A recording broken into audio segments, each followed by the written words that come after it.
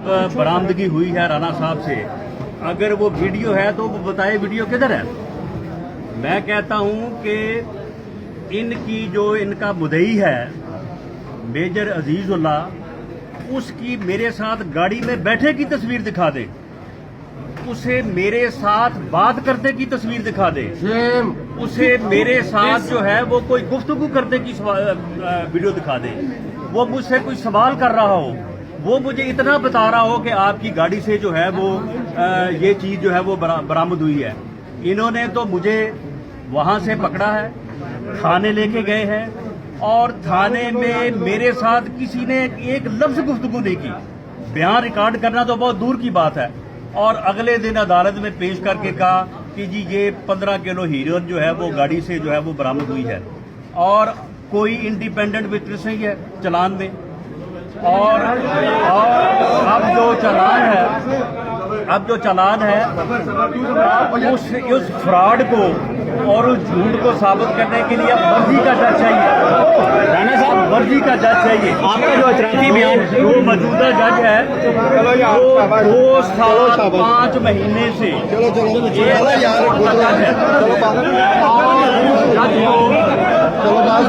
अब जो है नेट लिखा है कि ये जज जो है ये इसकी जानबदारी जो है वो डाउटफुल है। बेचारों को इतनी इजाजत तो है नहीं कि हम लोग को कवर कर लें। इससे बड़ा एहतजाज ये राणा साहब भी जानते हैं कि आप लोग इतनी धूप में इतने आके खड़े होते हो।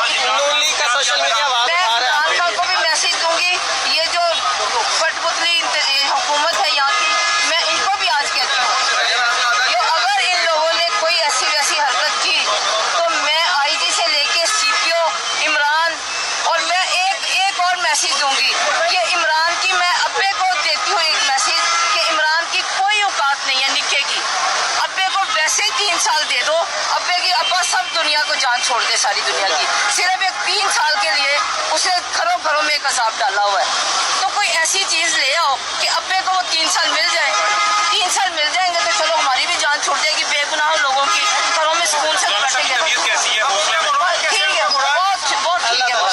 मरियम नवाज का सोशल मीडिया आपके लिए आवाज उठा रहा है। मरियम नवाज इसलिए कि हम लोग एक लाइन पे खड़े हैं और एक साथ खड़े हैं, इसमें कोई डाउट नहीं है।